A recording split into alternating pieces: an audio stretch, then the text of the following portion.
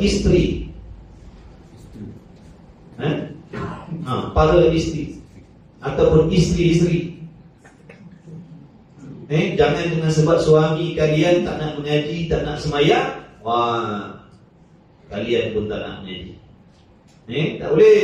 Kita wajib mengaji. Yang fardu ain tak perlu nak minta izin suami. Maklumkan saya nak mengaji. Kalau suami larang, dia suami yang derhaka kepada Allah. Suami yang menghalang isterinya menunaikan kewajipan terhadap Allah, itulah di antara suami yang bersifat dengan zalim ataupun dayus. Suami isteri nak ngaji fardu ain, dia larang, dia tak boleh. Kau kalau pergi ngaji fardu ain, aku tak redha. Jangan risau. Redha bukan duduk pada suami yang ingkar perintah Allah.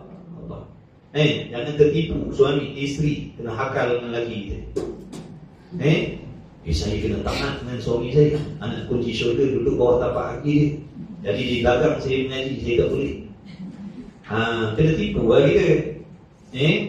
Kalau kita nak menunaikan tanggungjawab yang wajib terhadap Allah, suami tak boleh dah. Dia tak boleh. Kalau dia kata tak reda, tak jadi apa. Jangan risau. Aku tak reda kau tutup aurat. Aku tak reda kau mengaji fardu ain. Jangan risau, tak jadi mudarat. Orang perempuan mengaji kan tak kena tipu dengan lelaki dia. Jadi suami kita besok tak mengaji, dia kena soal jawab lah dengan Allah. Kita pun kena soal jawab dengan Allah.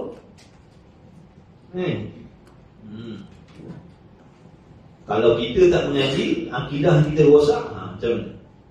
Begitulah juga kalau isteri tadi akidahnya rosak, suami bertanggungjawab. Suami bertanggungjawab seandainya akidah isterinya rosak. Sebab tu suami jangan sedap-sedap. Dia kena takut rosak akidahnya, dan dia kena takut rosak akidah isteri. Sebab suami bertanggungjawab menjaga akidah isteri dia. Jadi nak jaga akidah, kenalah mengaji ilmu akidah. Jangan ajak pergi pasar malam aja, pergi shopping je, pergi makan je, pergi taman je, pergi pantai je, surau tak nak bawa. Jaga suami ni, jangan sedap sangat. Kita duk kata isteri derhaka, puncanya diri kita. Kita tak mendidik mereka dengan agama, kita tak bagi dia agama, kita tak kenalkan dia siapa Allah, macam mana dia nak takut dengan Allah. Kita tak ajar dia macam mana nak bersihkan hati daripada sifat-sifat yang Allah benci. Apa tak dia jadi biadab dengan kita. Jadi suami jangan sedap-sedap. Hari ini isteri baking orang perempuan.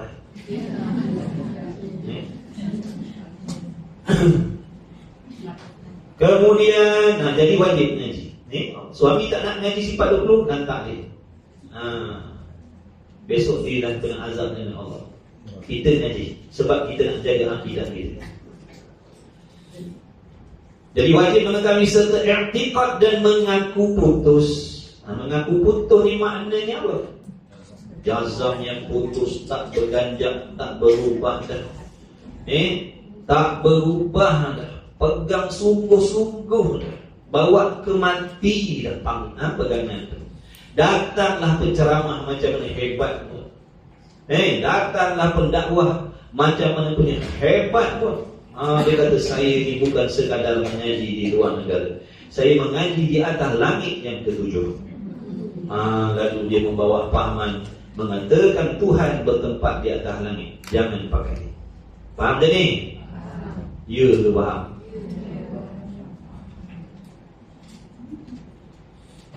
Jangan jadi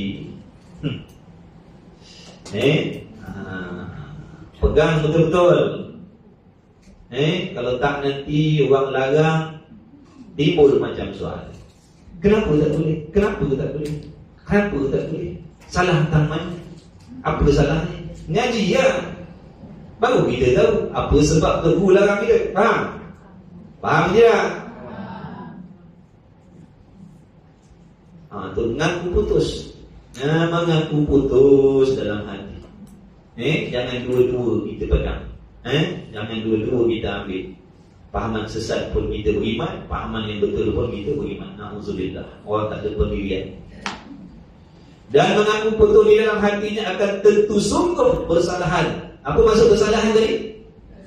Tidak serupa Allah Ta'ala bagi segala yang baru.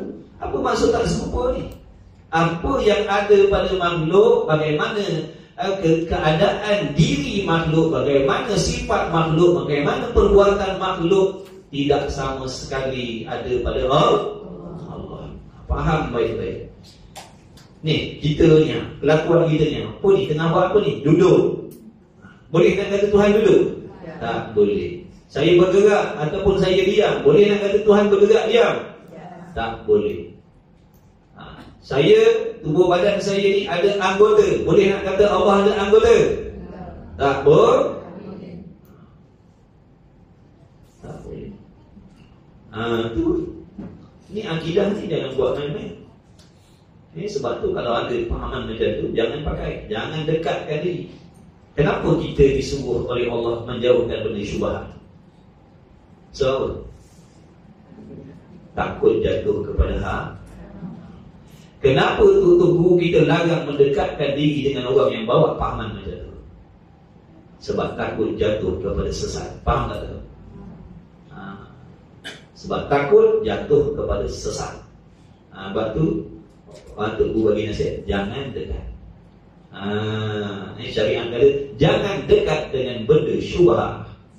Sebab apa? Nanti dalam keadaan dia tak sedar, dia akan jatuh pada benda haram. Jangan dekatkan dengan pahaman-pahaman yang pelik-pelik. Kenapa? Kerana takut nanti jatuh jadi kafir. Orang yang tak takut dengan kebinasaan, dia akan duduk dekat-dekat.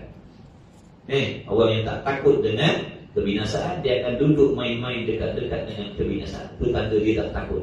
Kalau orang takut, dia akan jauh dari diri. Bukan dekatkan diri, dia akan jauh. Itu tanda dia takut.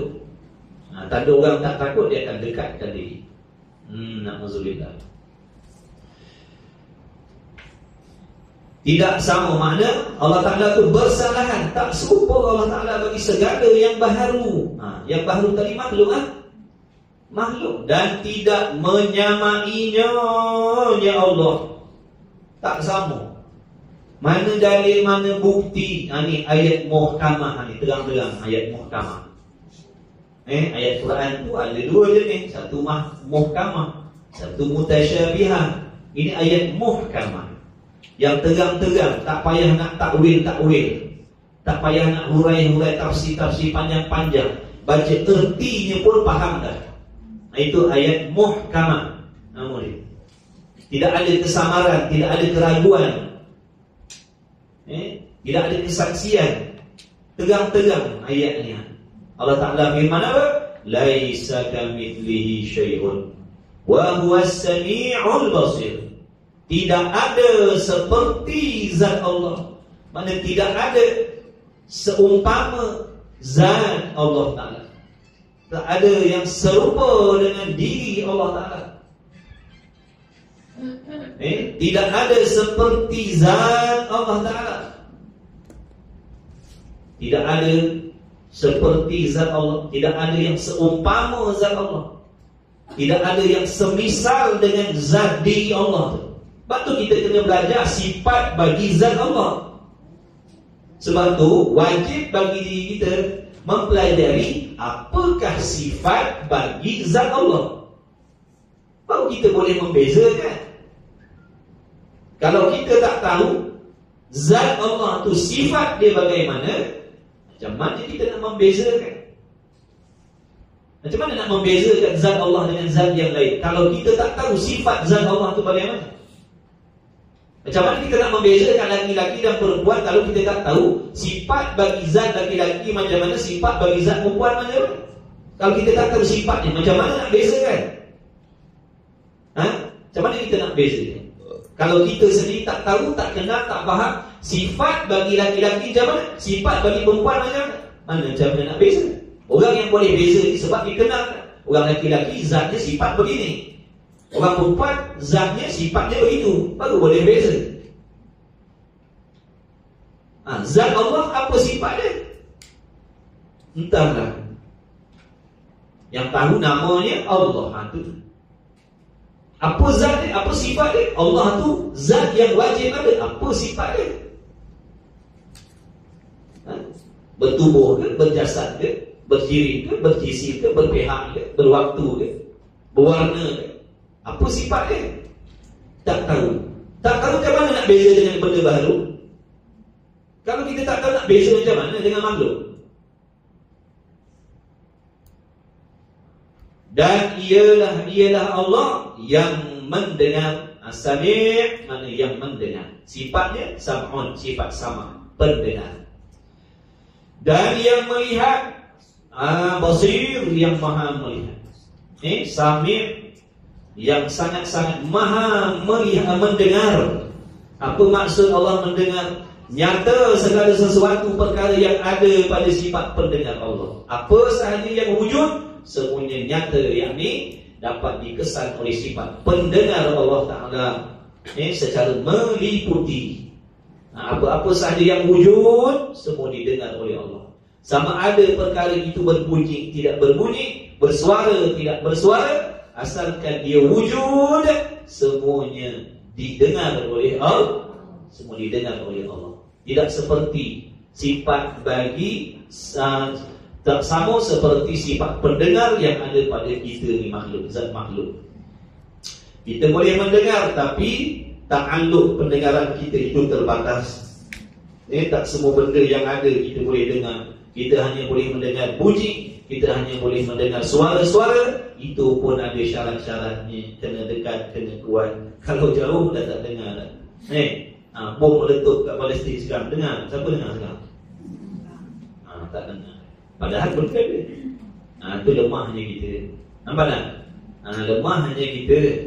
Ada pun Allah tu sifat pendengarnya maha sempurna. Suara kita didengar oleh Allah. Tubuh badan kita pun didengar oleh Allah. Ngaji. Itu sifat. Basir, maha melihat. Apa sahaja yang ada semuanya dilihat oleh Allah. Meliputi. Allah melihat tu bukan bergilir. Allah Ta'ala melihat bukan bergilir macam kita melihat. Nak tengok banyak benda, kena bergilir satu-satu. Tak boleh tengok semua sekaligus. Kita tak boleh tengok benda-benda ada ni secara meliputi. Kena gilir, tengok belah sini dulu, lepas tu baru tengok yang ni. Kalau kitab kita ni, tengok selai-selai. Kalau huruf ni, kena tengok satu-satu. Boleh tengok semua? Tak boleh. Tapi Allah Ta'ala melihat meliputi, menyeluruh, meliputi. Apa sahaja yang ada, Allah lihat satu persatu. Kalau pasir dekat pantai tu, Allah lihat sebiji-sebiji tu, tiap-tiap biji tu dalam penglihatan Allah. Hebat tak? Maha hebat. Bila kita ngaji kenal sifat Tuhan, barulah dapat merasakan sedikit kehebatan tu. Hebatnya sampai macam tu sekali Allah lihat. Kalau dengan nama ya Allah, Allah Ar-Rahman Ar-Rahim, apa? Ada rasa apa dalam diri? Kalau setakat nama ni. Habis bersalahan dengan makna dan bersalahan yakni tidak serupa Allah Ta'ala, dan bersalahan yakni tidak serupa Allah Ta'ala bagi segala yang baru. Dah tu baru tu, makhluk ni baru lah. Syurga baru lah, neraka, dunia, akhirat, semua baru. Alam ni baru. Dan juga tidak menyamai. Jadi baharu ni masuklah syurga. Dan segala nikmat yang ada di dalam syurga itu, meskipun telah dikhabarkan oleh Nabi SAW, nikmat dalam syurga itu tak pernah orang tengok, tak pernah orang dengar, tak pernah dikhayalkan dan sebagainya. Meskipun demikian, tidak ada sesuatu nikmat dalam syurga itu yang menyamai dengan Allah. Takut nanti kita kena tipu dengan syaitan. Syaitan kata boleh jadi nikmat syurga itu ada yang serupa dengan Allah. Sebab dalam syurga itu benda yang kita tak pernah tengok, tak pernah dengar, tak pernah nak khayalkan pun, luar daripada ilmu pengetahuan kita. Barangkali dalam banyak-banyak nikmat syurga itu ada yang seumpama Allah katanya. Dan tetap jawapannya mustahil. Mustahil. Orang yang tak mengaji, dia akan terima. Boleh jadi juga apa ni. Yang kita kata kat dunia ni boleh jadilah tak serupa dengan benda-benda yang nyata dalam dunia ni. Dalam syurga tu kan Nabi dah kata tak pernah tengok, tak pernah jumpa, tak pernah. Dia boleh jadi. Nampak tak? Orang yang mengaji dah mustahil. Jaga siap-siap dah tu. Tidak serupa dengan segala yang bahan. Masuk syurga, masuk nikmat ni baharu. Jadi tak serupa lah Allah. Dan sifat mukhalafah Allah Ta'ala itu sedia kala dan kekal selama-lamanya mukhalafah sampai bila-bila, tidak berkesulahan. Allah Ta'ala itu tidak serupa dengan makhluk tu, tidak berkesulahan sampai bila-bila, tak ada kesulahan. Sentiasa dan selama-lamanya mukhalafah. Walaupun nanti di hari kiamat mengikut akidah kita Ahli Sunnah wal Jamaah, sewaktu muslimin mukminin di dalam syurga dapat memandang kepada zat Allah. Bukan bermaksud dapat memandang di situ boleh disifatkan Allah Ta'ala tu begini, begitu, berbentuk, berjarak dan sebagainya, tidak. Dan bukan bermaksud Allah Ta'ala berada di dalam syurga. Syurga itu kan tempat. Kita tu mukmin tu yang berada di dalam syurga, bukan Allah di dalam syurga. Ada juga pahaman-pahaman tu kata Tuhan dulu dalam syurga. Dia tak ngaji. Ajak ngaji sombong, belagak pandai. Bukan orang sini orang tempat dia. Alah, aku nak ngaji, kau ingat aku orang kafir nak ajak ngaji akidah. Aku dulu Islam daripada kau. Jangan sombong. Orang sombong ni Allah Ta'ala akan halang dia daripada mendapat benda yang sebenar. Orang yang sombong Allah haramkan daripada benda yang sebenar. Dia tak akan dapat benda sebenar selagi ada sombong dalam diri dia. Sebab tu kena buang sombong ni. Kena tawaduk, merendah diri. Apa sombong? Apa sombong? Merasakan diri kita lebih baik, lebih mulia daripada orang lain. Itu sombong kan? Merasakan diri kita lebih dalam hal-hal kebaikan berbanding orang lain. Itulah dia sombong lah namanya itu. Tak ada lain dah tu. Cek dalam hati kita ada tak? Dalam bab baik-baik kita rasa lebih daripada orang. Ada tak? Ada sombong ada. Sombong ada. Tak ada lain tak? Tak ada lain. Tak ada tapi-tapi tak ada. Dalam bab benda baik kita rasa kita lebih daripada orang. Sombong ada. Ngaji tasawuf tu tujuan ngaji tasawuf nak kenal sifat tu. Yang dikata sifat sombong tu banyak orang tak kenal sombong tu. Sehingga bila tengok orang pakai kereta mewah, pakai baru-baru, sombong tu. Nampak tak? Padahal sombong sifat hati. Tak kena jadi dosa kering diri kita. Nampak tak? Kebodohan tu akan jadi fitnah pada diri kita sendiri. Tengok orang pakai macam tu, tengok orang macam tu, tengok gerak orang jalan macam tu, sombong dia. Tak bercakap dengan orang, sombong. Dah dapat dosa kering, tak masalah. Fitnah orang. Sombong ni sifat hati. Walaupun dia pakai begitu, walaupun dia mewah begitu, adakah dalam hatinya memuji-muji diri dan berlekehkan orang lain? Kita tahu. Boleh tahu isi hati orang? Isi hati kita pun kita tak tahu. Penyakit hati kita pun kita tak dapat cari. Macam mana nak tahu benda yang ada dalam hati orang? Dia tu sombong, dia tu riak tu, dia tu orang bukan main nak ujung lagi. Jangan sedap-sedap ni. Sebab tu suruh mengaji. Jangan suruh mengaji. Yang dikatakan ujub, riak, sombong tu sifat hati. Tak boleh tengok dengan mata kita. Saya pakai compang-camping, saya pakai baju kasar-kasar, pakai baju berkampal-kampal, bukan bermaksud hati saya tawaduk. Nampak tak? Ada orang yang berpakaian ni pakaian sunnah, pakaiannya pakaian sufi, tapi hatinya takabur. Sebab takabur tawaduk tu sifat hati. Mengaji tasawuf no, kita ni hati banyak penyakit ni. Walaupun zahirnya dah elok bersih dah, nampak lawa, nampak bersih, nampak kemah, hati kita kotor bukan main ni. Tak jumpa cari. Nak cari pun tak jumpa, tak tahu. Yang nama dengki apa benda, yang nama sombong apa, kita tak tahu apa. Kita dengar dia orang cakap selama ni, sombong. Kita pun tak tahu sombong tu. Maka oleh kerana kejahilan dia tengok dia orang macam tu begini, sombong tu, dah dapat dosa kering, tak pasal-pasal. Pesan tu guru kita, dia kata apa? Jangan bermudah-mudah, jangan sekali-kali bila kau tengok orang tu ada kehebatan dunia, kekayaan, jangan kamu menuduh mereka ahli dunia. Jangan kau kata mereka itu orang yang cintakan dunia. Jangan kau tengok orang yang pakai cumpak camping bertampal-tampal, kau kata dia ahli akhirat. Belum pasti lagi. Cuma kita ni disuruh bersangka baiklah. Orang yang pakai begitu pun kena sangka baik, yang macam tu kena sangka baik. Jangan kita jadikan semata-mata zahir ni begitu, waktu ahli akhirat, itu ahli dunia. Jangan ngaji tasawuf. Ini sebab tu tasawuf ni ilmu yang wajib dipelajari. Macam sombong tadi. Bila kita merasakan kita lebih daripada orang dalam hal-hal kebaikan, sombonglah kata. Tak ada dah benda lain. Lepas tu Nabi beritahu orang yang dia sombong ni Allah tak masukkan dalam syurga walaupun sebesar biji sawi. Sifat sombong dalam hati. Kita bukan besar biji sawi, besar kepala lutut pun tak jumpa cari. Dah tak kenal besar kepala lutut pun kita tak jumpa.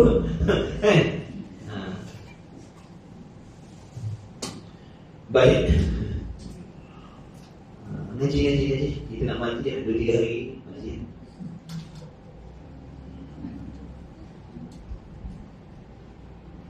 Tidak menyamai itulah dan juga tidak menyamai itulah dikatakan sifat mukhalafatuhu ta'ala lil hawadith. Jadi suami wajib juga mengajar isterinya ilmu tasawuf.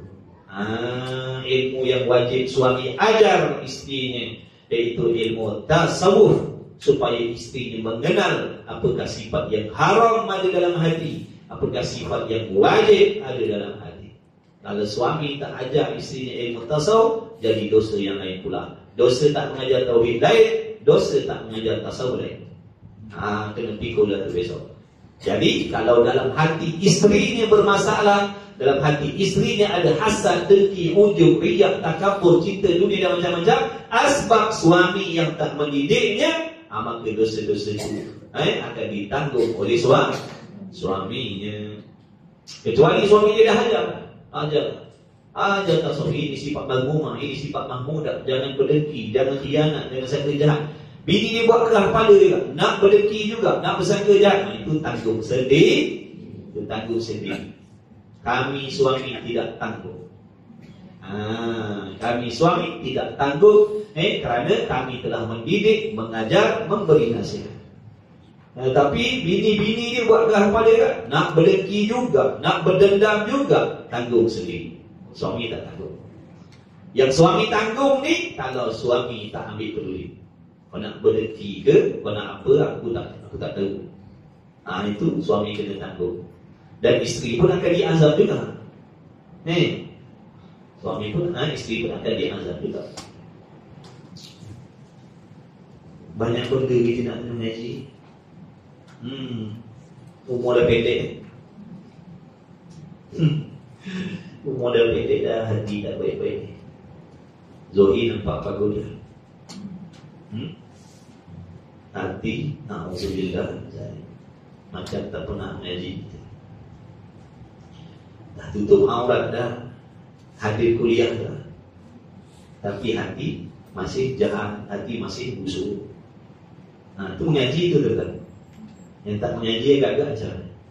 Yang mengaji, kita tak boleh cerita yang tak mengaji. Yang dah mengaji, yang dah semayang, yang dah tutup aurat, hati macam tu. Kita. Sebab tu Imam Ghazali kata yang paling payah nak baiki hati. Hati paling payah nak baiki. Kalau tak bersungguh, kata Imam Ghazali, jangan haraplah hati kita akan bersih. Kalau tak bersungguh, kalau main-main, kalau tak ambil berat masalah hati, kita akan mati bawa hati yang kotor. Zohir ni nampak macam Allah sayang, dan rupanya Allah benci. Zohir nampak macam orang yang Allah sayang. Pakaian, nampak macam orang sayang, Allah sayang, rupa Allah benci. Sebab hati. Maka baiki hati. Ngaji tasawuf ni doakanlah bersihkan hati. Jadi sebarang sifat yang Allah benci, dan hiaskan hati dengan segala sifat yang Allah puji, yang Allah kasih, yang Allah redha.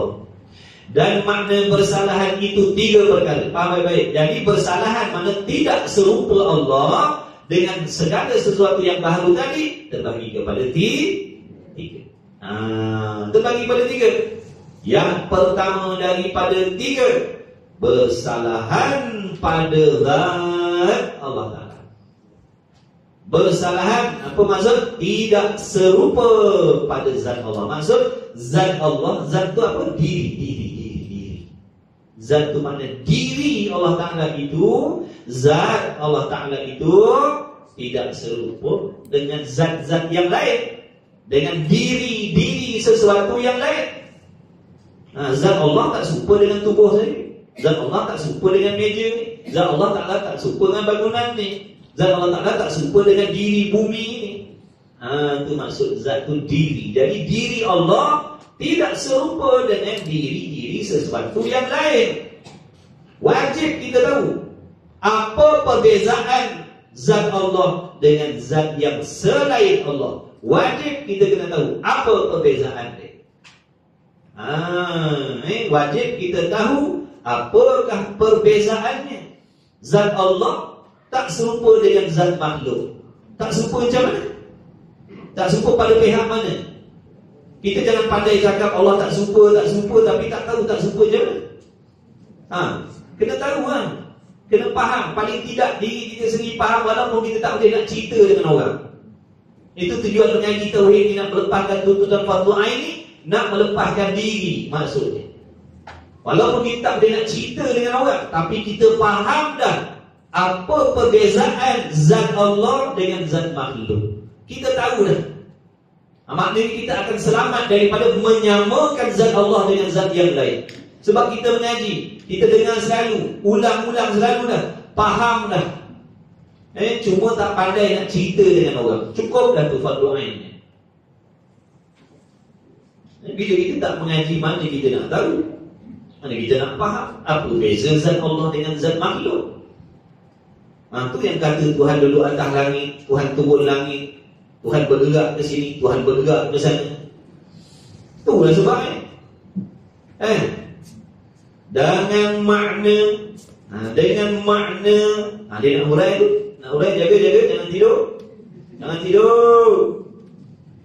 Yang ngaji online pun jangan tidur ni. Percaya ni, buka tipu orang tidur. Dengan makna zat Allah Ta'ala bukannya jirim. Ini perkataan baru kita dengar, jirim. Dengan makna Allah tu zatnya tak serupa dengan zat makhluk.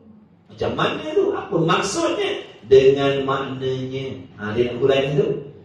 Dengan maknanya zat Allah Ta'ala, yakni diri Allah Ta'ala itu bukannya jirim. Kalau zat Allah tu jirim, serupa dengan zat makhluk. Zat Allah bukan jirim. Zat Allah bukan jirim, bukan seperti jirim, bukan seumpama jirim, bukan daripada jenis jirim, bukan. Zat Allah bukan daripada jenis jirim. Jirim ni hari itu ataupun jisim dengan maksud sesuatu yang terjadi daripada bahan-bahan yang tertentu. Tulislah, janganlah action. Tulis, nanti lupa. Jirim, jisim, kecuali dah faham tu tak apa dah, tak payah tulis. Yang dah faham, yang dah faham tak payah. Yang belum faham lagi tulis dah. Supaya nanti kalau lupa buka balik apa ini jirim, apa natang jirim, apa benda ni. Buka balik tengok, jirim ni bermaksud sesuatu yang terjadi daripada bahan-bahan yang tertentu, unsur-unsur yang tertentu. Itu namanya jirim ataupun jisim. Angin, ada tak unsur dia? Allah jadikan angin, ada tak unsur? Ada unsurnya. Malaikat, ada tak unsurnya? Api? Cahaya? Semua ada bahan-bahan. Sebab tu alam ini dipenuhi dengan jirim dan jisim. Syurga tu ada bahannya yang Allah ciptakan syurga tu. Nikmat syurga tu ada bahan-bahannya yang Allah jadikan. Neraka ada bahan-bahan yang Allah ciptakan neraka tu. Dan segala azab yang ada di dalam neraka itu juga ada bahan-bahan yang Allah ciptakan. Jadi semuanya itu berjirim. Faham tak zakat tu? Siapa tak faham tu jatuh tangan? Faham. Faham dah insya-Allah. Baik, jangan tidur tarik nafas. Kurang oksigen tau. Ni penting ni, mahal ni. Terlepas dia rugi. Itu jirim. Jadi kalau orang tanya, kenapa kita tak boleh samakan diri Allah, zat Allah tu dengan makhluk ni? Kita pun jawab, zat Allah tu bukannya berjirim. Zat Allah bukan berjirim, berjisim. Sebab itulah dia tak serupa. Sebab tu dia tak serupa dengan diri makhluk. Diri makhluk ni berjirim, berjisim. Tubuh badan kita ni ada bahan-bahannya. Darah kita ada bahannya. Kulit kita ada bahannya. Tulang kita ada bahannya. Kayu ni ada bahannya. Semua ada bahan-bahan. Unsur. Unsur. Anasir. Anasir, bahan-bahan, unsur-unsur. Baik, bila sebut jirim, dengar bila sebut jirim yang bertempat. Faham bertempat? Bertempat. Bila sebut bertempat, menunjukkan dia berjirim. Sebab tu akidah kita ahli sunnah wal jamaah menolak sekeras-kerasnya fahaman yang mengatakan Allah itu bertempat. Atas, bawah, kiri, kanan, dalam, luar, depan, belakang, dekat, jauh. Duduk di dalam sesuatu, duduk di luar sesuatu. Itu semua namanya tempat ataupun pihak. Itu bahagian untuk jirim jisim. Allah bukan seperti jirim dan jisim. Jadi kewujudan Allah tidak ada hubung kait sama sekali dengan yang namanya faham? Ikut lagi pahaman duk kata Tuhan duk atas langit. Begini. Keras kepala. Bosan akidah masalahnya. Kalau tak bosan akidah, silakan. Kalau tak bosan, silakan. Nak percaya Tuhan duduk dalam rumah ke? Tuhan duduk dalam poket ke? Kalau tak merosakkan akidah, tak mengkafirkan, silakan nak ikut. Merosakkan akidah, kan kita wajib jaga agama. Betul? Benda nombor satu kena jaga agama, akidah. Kita bukan berdengki, kita nak jaga agama.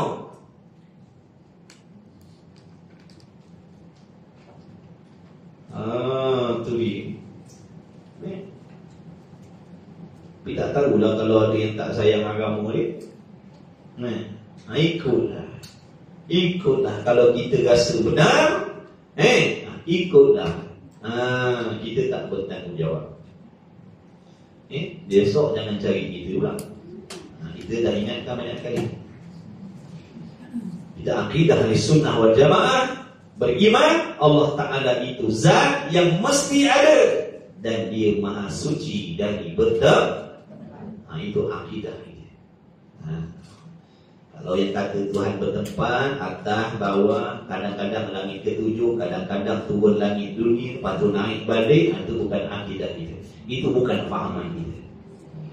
Kerana bertempat itu adalah kelakuan bagi jirim. Bertempat itu kelakuan bagi jirim. Maka orang yang mengikut Tuhan bertempat bermaksud dia telah menyamakan Allah dengan jirim. Tak faham lagi dah tu. Terang-terang dah tu tak faham juga lagi. Dan makhluk ini semuanya jirim yang bertempat. Makhluk ni ikutlah. Makhluk yang kita nampak, makhluk yang kita tak nampak. Yang nama syurga juga makhluk, yang nama neraka juga makhluk, yang nama malaikat juga makhluk. Semuanya itu bertempat. Walaupun kita tidak maklum di mana tempatnya. Walaupun kita tak tahu malaikat tu mana duduk ni. Kalau dalam bilik ni, mana duduknya malaikat? Entahlah, kita tak tahu. Jin, mana tempatnya? Kita tak tahu. Tapi dia ada tempat. Dia mesti bertempat sebab dia berjirim. Sebab dia makhluk, dia mesti bertempat. Cuma tempat itu tidak dimaklumkan oleh Allah pada kita. Mana duduknya benda tu? Wallahu a'lam. Yang pasti dia mesti bertempat. Cuma kita tak maklum mana duduknya. Bawah meja ke, dekat belakang ke. Kalau duduk tak ada diam tu ada ke? Nabi dah bagi tu kan? Dia buat tongkat cocok. Dia cocok dia sang-sang gila nak ambil ni, nak ambil. Nabi begitu kan? Dia buat celak mata. Maskara, dia pakaikan maskara. Buka.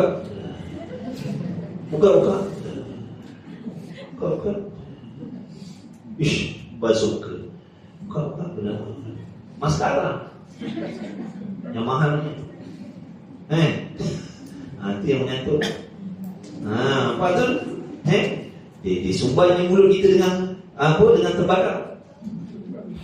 Tu tembakau. Orang tu dulu. Tu yang popek-popek tu untuk mengajar dia cakap kat orang. Ya tu. Jaga baik. Jadi dia ada tempat. Bila sebut makhluk mesti ada tempat. Cuma kita tak tahu mana duduk. Allah tak boleh. Tak boleh kita nak kata Allah tu bertempat, cuma kita tidak maklum di mana tempatnya. Na'udzubillah min zalik. Jaga baik-baik. Orang tak mengaji dia terima tu, bulat-bulat tu. Allah tu bertempat. Makcik-makcik, pakcik-pakcik, haji-hajar. Cuma kita je yang tak tahu di mana tempat Tuhan tu. Macam tu Ustaz macam tu lah. Yang cakap pula hebat ceramah sedap pula, baca Quran pandai, baca hadis bergabung, berasak, ngaji luar negara,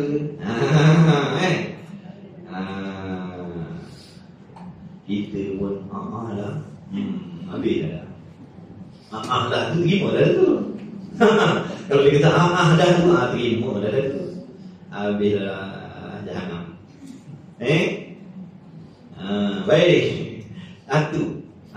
Tuhan tidak seperti jirim. Dia tidak seperti jisim. Dia tidak bertempat. Walaupun di mana tempat, walaupun di mana-mana, tak boleh cakap Allah tu bertempat di mana-mana. Tak boleh. Allah tu ada di mana-mana. Tak boleh. Haram, merosakkan akidah. Tak boleh cakap macam tu. Allah ada di mana-mana. Tak boleh cakap macam tu. Jangan tiru perkataan orang gila. Orang gila dia tak salah. Dia memang gila. Faham tu? Tak payah nak tiru wali-wali tu. Dia fana dengan Tuhan. Kita wali bukan wali. Nak buat olok-olok. Tak payah nak berlakon-lakon. Tuhan tahu kita duduk di mana. Tak payah nak mengaku macam wali Tuhan. Nak cakap macam orang gila dengan Tuhan. Tak payah. Tunjuk orang konon-konon kita ni orang yang fana lah, konon-konon. Tak payahlah. Tak payah. Orang macam tu dia kalau betul dia macam tu, dia takkan menzohirkan siapa dia. Ini kita tu buat cakap macam tu kalau nak supaya orang pandang hebat ni. Dia tu mana tu berdengar cakap dia tadi. Dalam cawan ada Tuhan, dalam cengkih ada Tuhan. Nak tunjuklah tu. Tak, kalau yang bercakap tu gila, orang fana ni orang gila. Bukan buat-buat gila, memang gila. Sebab terlalu rindu asyiknya dengan Allah tu. Sampai hatinya tak ada dah.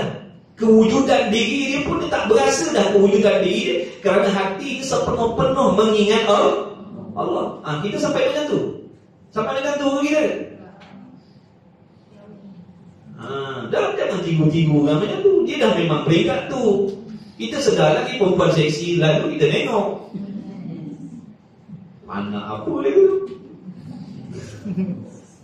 Perempuan seksi kayu. Anak apa benda tu? Tak payah berlakon lah. Tak payah. Benda tu bukan lakon-lakon. Tapi memang ada hamba-hamba Allah yang sampai macam tu asyiknya dengan Allah. Bukan tak ada. Ada. Arif billah. Kurniaan Allah. Orang yang fana tu kurniaan Allah. Kata ulama, fana tu kurniaan Allah. Tak boleh diusahakan. Pemberian Allah. Waktu cerita dia orang, orang pun kata dia, dia ni orang makrifat ni. Orang gila lain. Dia dah memang gila. Akal ni memang dah binasa dengan kerinduan terhadap Allah. Ni kita dalam keadaan sedar, waras lagi akal kita,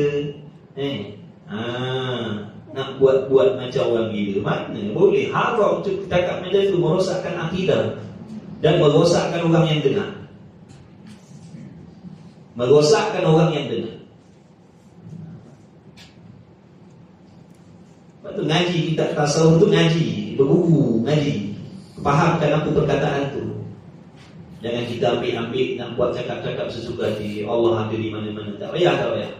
Haram hukum ni. Kalau dia dah memang duduk situ, tu lain. Dia tak salah. Kita yang tak duduk situ tapi nak buat cakap konon-konon duduk situ, tak ada. Allah tahu kita duduk di mana. Habis.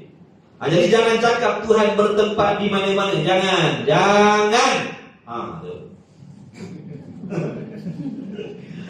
Maka jika didapati di dalam Quran atau ni, sebab tu orang yang pahaman macam ni, dia sangat suka mengajar tafsir hadis, dia sangat suka. Sebab di sinilah nanti dia akan sebarkan akidah. Dia banyak golongan ni, dia banyak menyebarkan akidah ni waktu dia mengajar tafsir Quran dan tafsir hadis. Kita pula pergi tadah tafsir hadis dalam keadaan akidah pun kita tak mengaji. Akidah tak mengaji, heboh nak mengaji tafsir, heboh nak mengaji hadis. Sedang elok dah tu. Memang kena tipu lagi. Kalau yang mengajar tafsir dan hadis tadi, orang yang berakidah ahli sunnah wal jamaah, tak ada masalah. Dia. Sebab dia akan terjemahkan ayat-ayat mutasyabihah tadi dengan seperti mana akidah kita ahli sunnah wal jamaah. Tapi kita pergi tadah tafsir, tadah hadis, ngaji Quran, ngaji hadis dengan orang yang bukan akidah ahli sunnah, maka dia akan terjemahkan ayat-ayat Quran tadi mengikut fahaman dan akidah mereka. Kita pun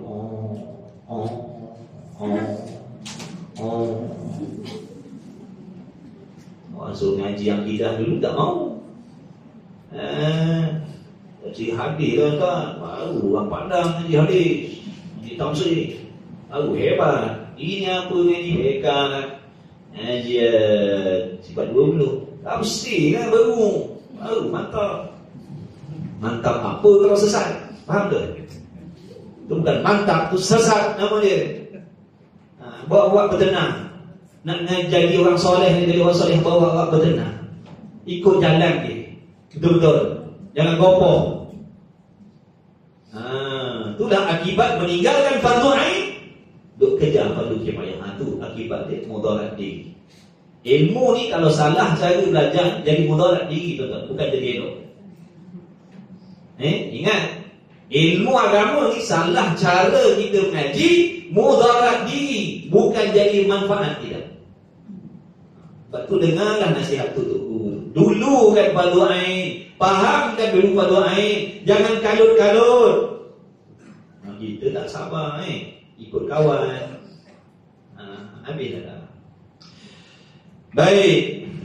Maka jika didapati di dalam Quran ataupun hadis, dah ngajar Quran hadis, dah ngajar Quran hadis. Saya suruh dia ngajar sifat 20 kali. Suruh ngajar tengok sifat 20 dihurai lagu mana. Maka jika didapati di dalam Quran ataupun hadis barang yang memberi waham. Apa memberi waham? Kesamaran. Bila kita baca Quran, baca hadis, tiba-tiba bila diterjemahkan dalam bahasa Melayu, timbul kesamaran pada kita.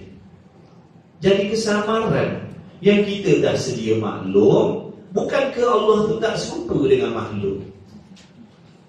Bukankah Allah tu tak serupa dengan makhluk? Tiba-tiba dalam ayat ni, nampak tak tu? Dalam ayat ni seolah-olah menunjukkan Allah tu seperti makhluk. Tu yang dipanggil ayat mutasyabihah tu. Menyerupai dan bertempat. Nampak tak tu? Jadi tiba-tiba kita mengaji, kita baca Quran, baca hadis, terjemah Melayu lah yang timbul kesamaran ni. Orang Arab dia tak payah terjemah Melayu dah. Kita ni kalau tak terjemah dalam bahasa Melayu tak ada kesamaran. Dah memang kita tak faham. Nak kesamaran apa? Ar-Rahmanu 'alal 'arsy istawa. Kesamaran tak? Tak ada kesamaran. Sebab tak reti. Bila terjemah Melayu, baru timbul kesamaran. Orang Arab tak payahlah terjemah Melayu, dah dia orang Arab. Yadullah, ada kesamaran? Taknya apa kesamaran Yadullah? Sebab kita pun tak faham apa maknanya. Terjemah Melayu tu, bila diterjemahkan alih bahasa Melayu, kita kata ni, bukankah Allah tak serupa dengan makhluk? Dan bertempat. Jadi kalau jumpa ayat Quran, hadis yang mana memberi wahab, memberi kesamaran kepada kita, seolah-olah Allah tu menyamai, menyerupai dengan makhluk, maka dinamakan ayat itu, ayat Quran ataupun hadis tadi, ayat mutasyabihah namanya. Ayat apa? Ayat mutasyabihah. Dan hadis mutasyabihah. Tu ingat tu, bila kita baca Quran, baca hadis, kalau terjemah Melayunya yang kita faham, kalau baca terjemah dia tu seolah-olah Tuhan serupa. Disebutnya tangan, disebutnya muka, disebutnya tempat. Faham tak tu? Bukankah dah menyamai tu? Kalau dah kata tempat, kalau dah kata anggota, bukankah dah kesamaran tu? Bukankah dah menyamakan tu? Itulah namanya ayat mutasyabihah. Sedangkan yang kita dah sedia maklum, Allah tak serupa. Tiba-tiba dalam ayat ni kata tangan Tuhan, muka Tuhan. Itu yang kata kesamaran. Dah timbul kesamaran dah. Boleh faham tak saya ni? Boleh faham? Kan Allah tak ada tangan, kan Allah tak berkaki, kan Allah tak beranggota, kan Allah tak bertempat. Tiba-tiba dalam ayat Quran juga, bila terjemah Melayu, kata di atas lah, di kiri lah, di depan. Tu kata ini kesamaran ni. Kesamaran ni dengan apa yang kita dah tahu di dalam ikut. Dia tak bertempat. Tiba-tiba dia kata di depan pula, tiba-tiba kata di bawah pula, kata-kata di atas pula, kata-kata ada anggota pula, ada tangan pula, menggenggam pula. Kita tak kesamaran. Kesamaran kita tak kesamaran kalau dengar gitu. Iyalah tu. Kesamaran lah. Allah tak ada, tak sebut nama makhluk. Tiba-tiba dalam Quran ni juga disebut dia di atas, duduk di bawah. Daripada tu atas turun ke bawah. Kan itu kelakuan jirim jisim. Kan jirim jisim ni kelakuannya bergerak, betul? Daripada bawah ke atas ke bawah. Jadi tiba-tiba kata Tuhan daripada atas ke bawah juga. Turun kata dia. Turun tu daripada bawah ke atas, turun. Ada orang turun daripada bawah ke atas. Itu dah menaik. Bila sebut turun, yang segera faham apa? Tiba-tiba dalam Quran ada ustaz yang terjemah Tuhan turun, kata dia. Tu mutasyabihah lah tu. Kita tak ngaji ditipu lagi dia. Padan tu dia. Ajak ngaji sifat 20 tak nak. Maka dinamakan ayat itu mutasyabihah dan hadis mutasyabihah. Okey, bila dah tahu ayat tu ayat mutasyabihah, nak buat apa? Nak buat apa ni yang kita kena tahu ni? Maka wajib ditakwil akan dia. Wajib ditakwil akan dia. Wajib dihuraikan maksudnya. Wajib diterangkan. Takwil ni wajib dipalingkan. Jangan pakai zahir ayat tu tadi. Jangan pakai makna yang zahir. Tahu tak makna zahir? Makna yang terang-terang tadi. Kalau kata yadullah, tangan Tuhan, tu makna zahir. Jangan pakai tu. Kalau kata Tuhan di atas, jangan pakai tu. Tu makna zahir. Makna zahir jangan pakai. Pada ayat mutasyabihat, jangan pakai ayat zahir. Itu akidah kita ahli sunnah. Bila jumpa ayat Quran yang mutasyabihat, hadis yang mutasyabihat, jangan pakai makna zahir. Jadi pahaman yang selain daripada kita ahli sunnah, bila dia jumpa ayat mutasyabihat ni, dipakai zahir. Dipegang dengan makna zahir tu. Dan itulah yang ditegangkan kepada orang ramai. Kita tidak.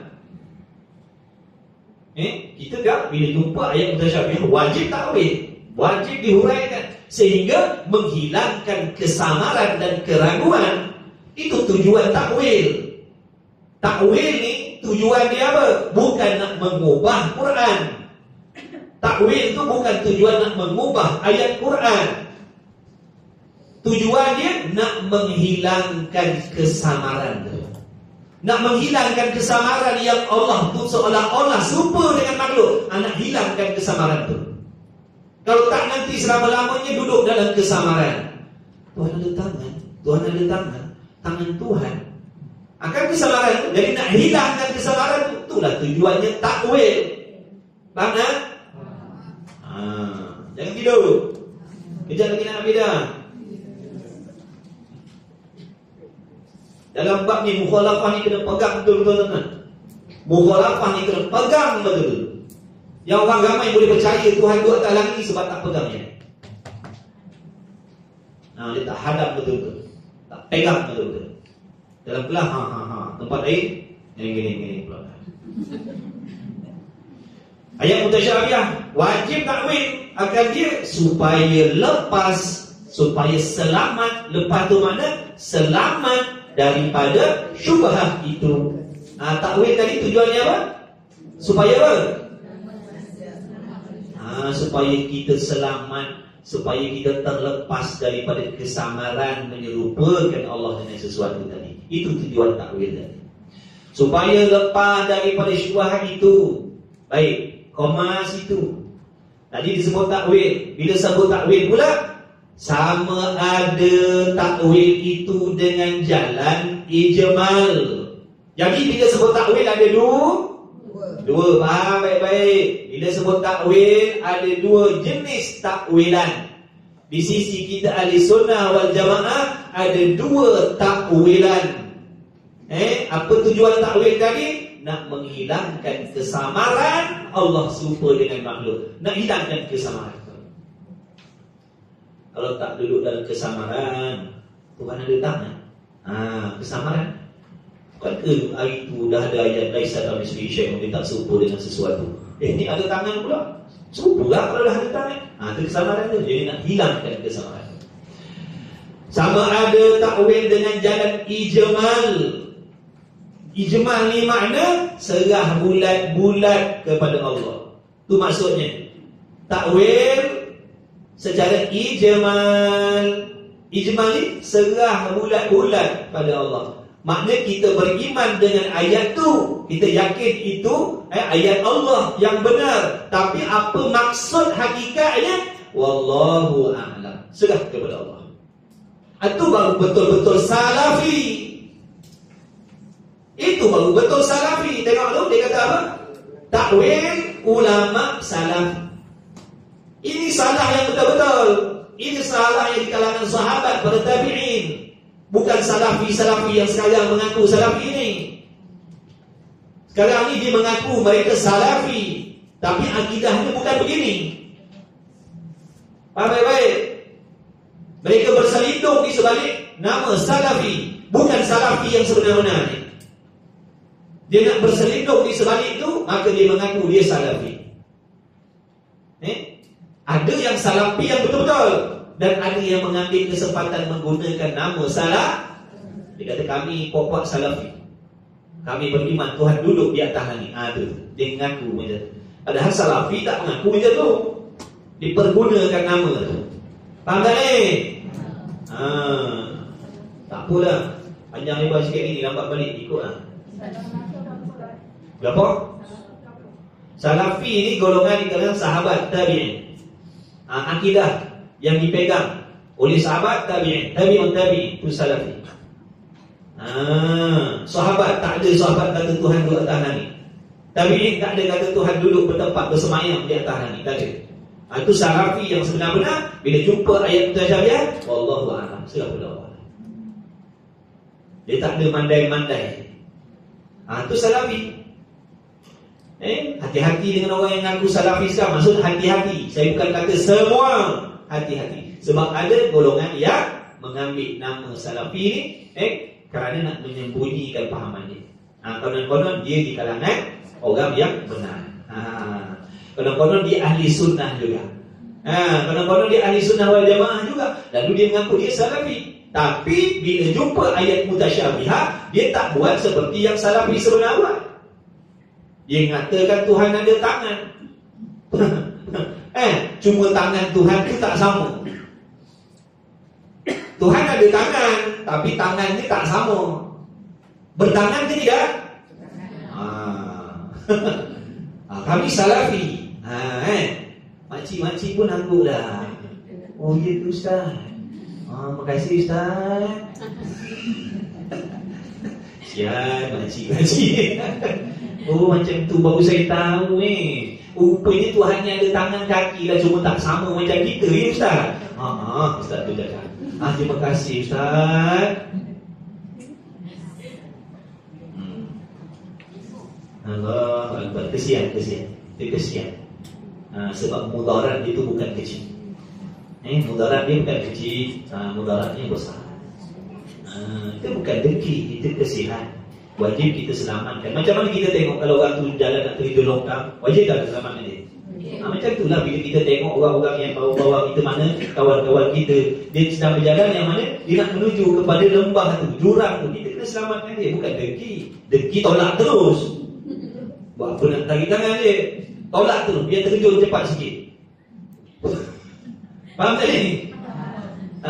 Boleh beza tak orang kesian dengan orang dengki?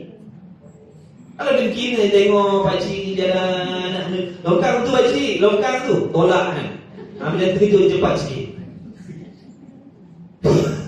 Dan macam mana nak bagi faham ni? Orang cakap baik-baik katanya dengki. Dengki ni humban terus.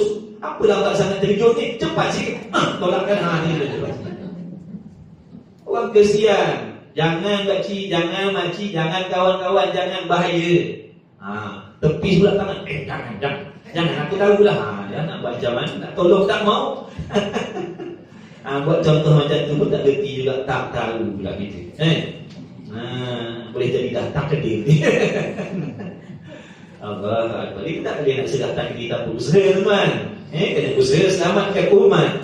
Tapi kalau dah tak boleh selamat, itulah haula wala quwwata illa billah. Tapi selagi boleh selamatkan, tolong selamatkan. Tapi kita tahu usaha kita tak boleh memberi bekas. Kadang-kadang kita cakap begini, cakap dia dengki juga nak kata lagu mana, kita tak ada kuasa. Kita tak ada kuasa nak mengubah akidah orang. Allah yang Maha berkuasa. Habis sambung balik. Tak boleh kan? Salafi tadi ini salah yang benar-benar. Ni ori Ni ori ni. Jadi kalau ada ngaku salah, tanya dia ori ke palsu? Tanya. Kalau masih mengaku dia salah, kita tanya, ni Salafi ori ke Salafi palsu? Tanya. Dia kata ada Salafi ori palsu, ada lah makcik ngaji lah. Selepi yang palsu macam mana makcik? Selepi palsu ni kalau dia jumpa ayat mutasyabihat, tu dia pakai bulat-bulat tegak-tegak ayat tu, dia pakai zahir ayat. Jangan main makcik-makcik ni pasal pun. Ngaji tahu makcik pun. Ataupun takwil akan di ayat mutasyabihat dengan jalan tafsil. Tadi yang pertama dengan jalan ijmal. Ijmal ni serah bulat-bulat. Apa maknanya yadullahu fawqa aydihim? Wallahu a'lam. Kami beriman dengan ayat ni. Kan kalau serah macam tu, ada tak timbul kesamaran? Ayat tu, ya Allah faqwa aydihim, apa artinya? Wallahu a'lam. Ada kesamaran tak? Tapi kalau kata tangan Allah, timbul tak kesamaran? Jadi Salafi yang sebenarnya dia tak menimbulkan kesamaran. Ni dia kata Tuhan bertempat, cuma tempat ni kita tak tahu. Akan kesamaran itu? Ada tempat tapi kita tak tahu. Dia ada tempat, tapi tempat ni tak sama. Oh, dia ada tangan kaki tapi kaki tangan dia tak sama. Macam mana? Kan kesamaran tu, kan timbul kesamaran. Ada tercari-cari. Dalam ni pula ada setan. Lalu setan ni membayangkan begini, membayangkan begitu, membayangkan begini. Itu bahaya. Ni dah segan pula. Tengok ayat. Ada pun tafsir yang kedua tadi, takwil dengan jalan apa? Tafsir. Tafsir ni mana? Huraikan ayat tu, tegangkan, perjelaskan ayat tu, supaya nak menghilangkan kesamaran yang Allah tu serupa dengan makhluk. Banyak masyarakat kita ni yang terikut-ikut sebab ramai tak nak mengaji. Masyarakat kita ni ramai yang tak nak ngaji tauhid ni. Sebab tu kan tengok dalam media macam-macam ni kan, bila dengar kan yang hebat-hebat tu cerita macam tu, terjemah macam tu, terus kita telan pakai. Sebab tu bahaya. Memang satu pihak ni bagus, media ni. Tapi kalau kita tak waspada, hati-hati, ramai yang akan jadi rosak. Dia kata apa sekarang ni susah nak mengaji hujung jari. Betul, kalau kau salah pecek, kalau kau salah pecek, binasa. Kalau salah tekan, salah follow, binasa. Sebab tu kita kena mengaji juga. Orang yang dah ada ilmu, dah ada dasar, dah ada asal, dia boleh bezakan yang dalam internet ni mana yang betul, mana yang salah. Itu kalau dia ada ilmu. Kalau tak ada, ini yang kita ni, dalam ni, dia akan mudah tertarik dengan yang negatif. Dia punya current dia lagi kuat. Benda baik dengan benda yang tak baik dalam internet ni, dia akan cenderung yang tak baik dulu. Dia akan mudah nak terpengaruh dengan yang situ dulu. Nampak tu hati-hati. Ingatkan bini-bini kita, anak-anak kita, tengok kawal juga mereka ni. Sebab masing-masing ada telefon lah. Kalau dalam diam-diam duk ikut pahaman tu, mana kita tahu? Dia bukan 24 jam ada depan mata kita, betul? Diam-diam rupanya ikut ni, Salafi pelesu ni. Seperti takwil ulama khalaf. Khalaf ni mana selepas daripada tadi tu. Sahabat tabi'in ada lepas daripada itu. Selepas daripada itu. Dia takwil secara tafsir. Seperti takwil ulama khalaf. Tengok, ni contoh ayatnya dalam Quran tu banyak tuan. Dalam hadis banyak ayat mutasyabihat ni. Ini dia ambil 1-2 contoh dah. Sebagai contoh. Mana contoh ayat mutasyabihat? Ni contohnya. Ayat mutasyabihat tadi apa? Ayat yang menimbulkan kesamaran pada hati kita. Bukan ayat tu kesamaran. Tidak ada la raiba fihi. Tidak ada kesamaran dan keraguan di dalam Quran. Yang ada keraguan kesaksian di dalam hati kita. Faham tak? Dalam Quran tak ada kesamaran, la raiba fihi. Tak ada kesamaran, tak ada keraguan. Yang ada keraguan tu hati kita, hati dia. Jangan kata Quran ada keraguan pula. Walhamdulillah min dzalik. Yadullah seperti firman Allah Ta'ala. Tengok ayat nombor 10 surah Al-Fath. Yadullahi fawqa aydihim. Kalau tak terjemah, tak ada kesamaran. Sebab kita pun tak faham. Tiba-tiba kita pun buka tafsir yang ada terjemah Melayu. Lalu kita pun bacalah tafsiran dia. Tangan Allah di atas tangan mereka itu. Tangan Allah, makna Allah ni ada tangan lah. Apa yang kesamaran tu? Padahal dah tahu ayat asal Tuhan tak serupa, faham baik? Tak serupa pada segala sudut. Pada segala sudut, pada segala pihak, pada segala congakan. Nak congak macam mana? Satu pun tak ada yang serupa dengan makhluk tadi itu. Ini tiba-tiba baca ayat ni, Yadullah fawqa aydihim. Baca zahir, makna zahir. Tangan Allah atas tangan mereka. Yang mereka itu tak apalah makhluk. Atas tangan mereka. Mereka tu makhluk dah, itu tak ada masalah dah. Bila sebut mereka tu yang ni makhluk tangan Ni, yang pertama tadi, tangan Allah tu. Itu yang kesamaan. Orang salafi palsu tadi. Orang salafi palsu ni, dia akan terjemahkan bulat-bulat banyak tu. Tangan Tuhan, kata dia. Jadi orang yang cuma dia kata tangan Tuhan ni tak serupa dengan tangan kita. Na'udzubillah. Makna dia pakai makna zahir. Zahir ayat tu dia ambil tu lah. Yang sebenarnya wallahu a'lam. Bukan terjemahkan dengan tangan Tuhan, bukan. Hati-hati tuan-tuan. Maka berkata salaf, ulama salaf tadi. Apa salaf tadi ditakwil macam mana? Salaf tadi serah bulat-bulat pada Allah. Itu takwilan ulama salaf yang original. Kalau salaf yang palsu, dia akan huraikan juga. Macam tadi, dia huraikan yadullah, tangan Tuhan. Wajhullah, muka Tuhan, wajah Tuhan. Oh, budak-budak dia buat tu. Apa dia kata tangan Tuhan yang banyak cuma tak sama. Maksudnya tangan Tuhan tu, Tuhan yang menggulungkan dunia ni nanti lagi dengan tangan Tuhan. Itu. Oh ya, jangan main. Tak tutup guru tu dia dah tahu bahaya dia. So guru tu dah nampak bahaya dia.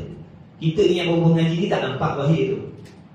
Dia ingatkan kita bahaya, jadi jaga jangan. Berkata salaf, tambah sikit lah, salaf original. Nak kena ingatkan juga, betul. Tak nanti kan Pakcik Moncik kata, Ustaz dia salafi kan kita dah mengaji itu kan, dia salafi daripada sahabat tadi. Dah berkata salaf, yakni original. Suka Pakcik. Ya kan? Itu main-main Salaf ori, bukan salah nipu tu. Salafi yang betul-betulnya. Pada tafsiran ayat itu begini. Macam mana tu? Macam mana tu? Tafsiran ulama salaf yang original. Dia terjemah macam mana? Bermula yadullah itu di atas tangan mereka itu bukanlah lafaz yadun dengan makna tangan. Garis kan itu. Bukanlah lafaz yadun dengan makna tangan. Dia tak terjemah yadun dengan makna tangan. Itu maksud serah bulat-bulat. Apa yadullah? Wallahu a'lam. Kerana jikalau yadun dengan makna tangan, maka tidak dinamakan lagi mutasyabihat.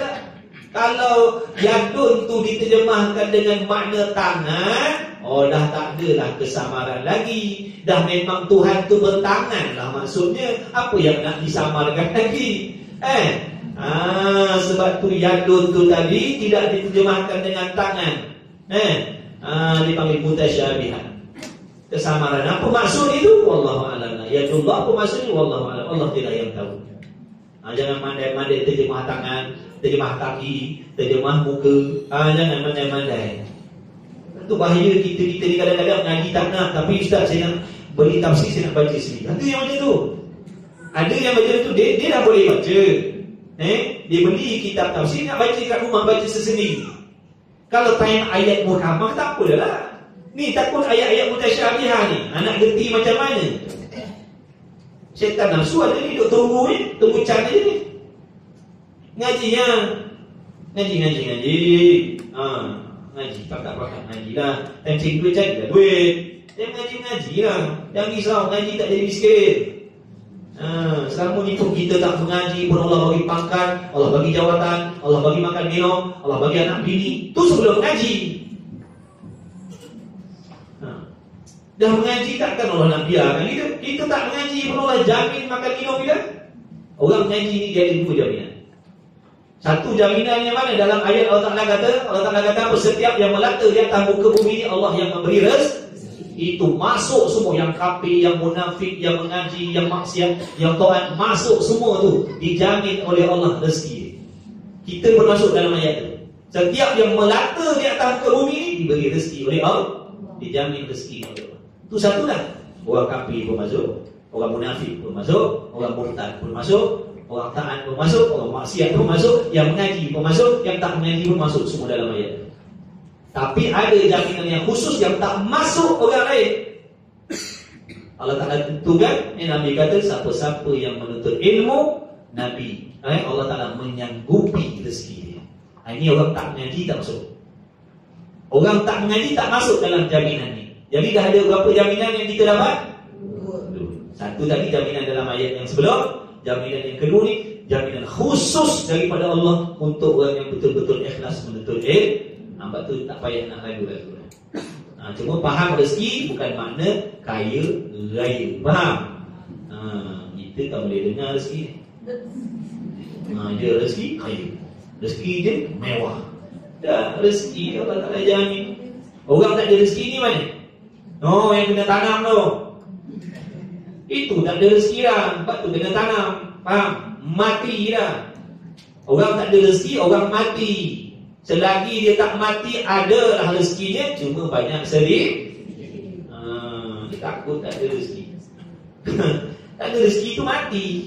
Bila habis jaminan rezeki, peruntukan rezeki Allah Ta'ala dah sediakan, dah takdirkan sediakan lagi. Bila habis, mati dia. Nak buat macam mana? Takkanlah pila perut.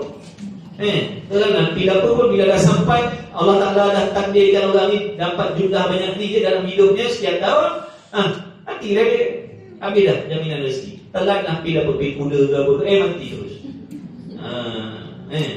Tak ada pergi yang boleh nyambung nambahkan rezeki dah. Kalau tak nak kata banyak tu lah.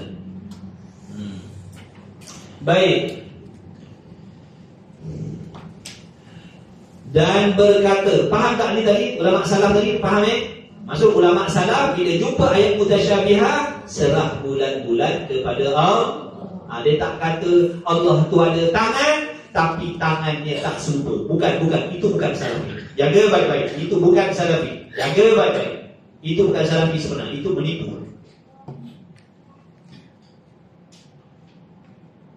Dan berkata ulama khalaf. Ulama khalaf pula. Dia kata macam mana? Pada mentafsirkan ayat itu, ayat mutasyabihah begini. Ulama salaf nak tafsir gini. Tadi dia kata ulama salaf dia takwil dengan tafsir, betul? Tafsir itu makna hurai-hurai. Bermula kekuasaan itu atas segala kekuasaan mereka itu makhluk tadi. Maksudnya yadun tu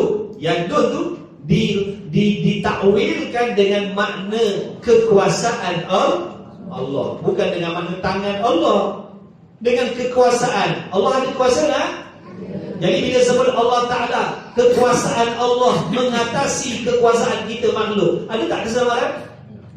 Tak ada lah, memang itulah hakikatnya. Kita ni tak berkuasa. Kita ni duduk di bawah kekuasaan Allah. Jadi tak adalah kesamaran bila ditafsirkan bermula kekuasaan Allah Ta'ala itu. Tapi kalau diterjemahkan bermula tangan Tuhan itu, kesamaran. Boleh beza tak?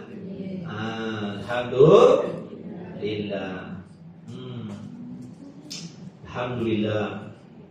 Bila Allah dekatkan kita dengan majlis ilmu, ngaji tauhid, tu tanda Allah nak baiki tauhid kita.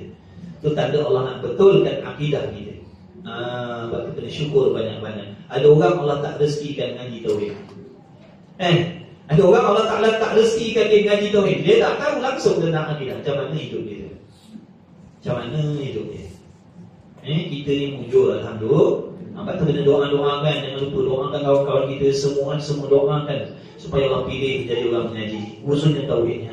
Sebab banyak masyarakat kita yang dah rosak akidah, banyak rosak fahaman. Maka lafaz yadu ataupun yadun dengan makna qudrat. Itu takwilan ulama apa tadi? Khalaf. Jangan bertukar pula. Itu takwilan ulama khalaf. Jadi ada dua. Bila sebut takwil, dua. Salaf, khalaf. Salaf, selah bulan-bulan. Khalaf, dihurai. Huraian ni tujuan apa? Nak ubah ayat Quran ke? Dah tu? Suka-suka, seronok. Isi bahasa lapang, ke apa? Nak menghilangkan kesamaran. Habis. Begitulah tiap-tiap. Jadi lafaz yadun ditakwilkan dengan makna qudrat, makna kekuasaan Allah. Dah memang Allah ada kuasa. Apa nak kesamarannya?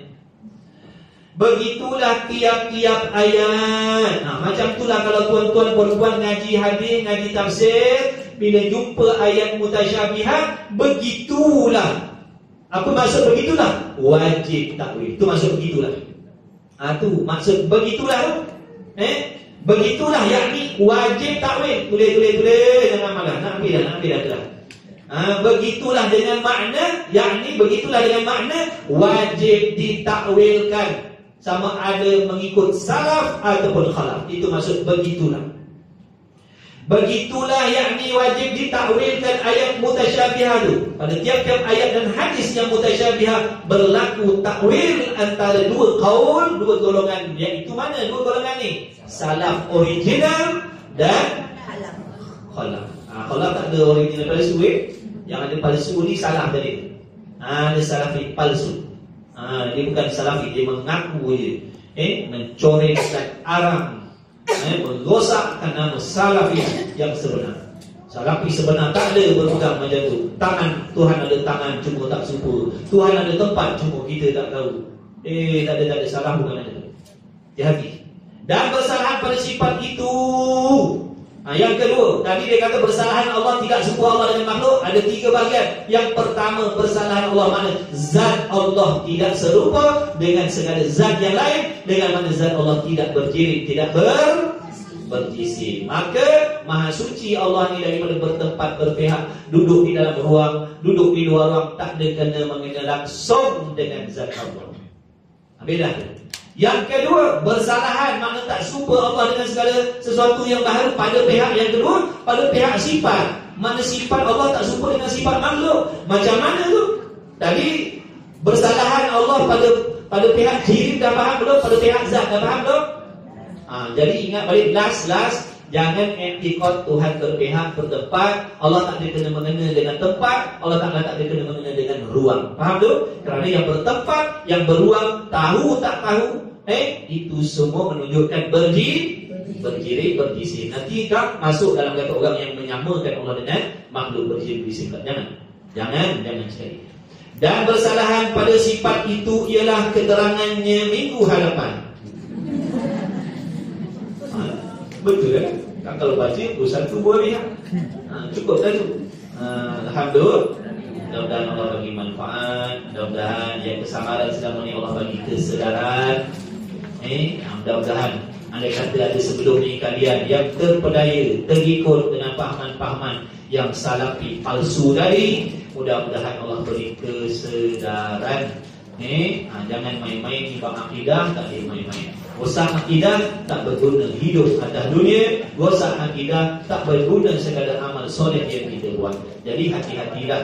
Pakat-pakat ajak kawan-kawan kita mengaji, ajak kawan-kawan kita mengaji, kenalan-kenalan kita mengaji. Selamatkan maksudnya. Kena ada sifat belas kasihan pada kawan-kawan kita. Kawan-kawan kita selalu manggil kita, adik-adik kita yang masih jauh dengan manggil ilmu, ajak mereka, pujuk mereka supaya belajar agama. Kerana kepentingan akhirat, bukan kita ada kepentingan diri, supaya sama-sama diselamatkan oleh Allah. Kita yang Allah dah pilih ni kena syukur banyak-banyak. Jangan sombong, jangan takabur. Ini semata-mata kasih sayang Allah, rahmat daripada Allah pilih kita. Mudah-mudahan nikmat ni Allah kekalkan sampai kita mati. Allah jadikan kita orang yang duduk belajar mengaji bersungguh-sungguh, insya-Allah. Cukuplah sekadar itu. Wallahu subhanahu wa ta'ala a'lam wa ilmuhu wa bismillahirrahmanirrahim. Alhamdulillahirabbil alamin wassalatu wassalamu ala Rasulillah wa ala alihi. Allahumma rabbana fa'na bima 'allamtana rabbana halilna alladhina yanfa'una rabbana faqih ahlana wa qarabatina fi dinina ma ahli kutri musawwar wa sallallahu alaihi wa sallam rabbil alamin. Taqabbalallahu minni wa minkum. Allahu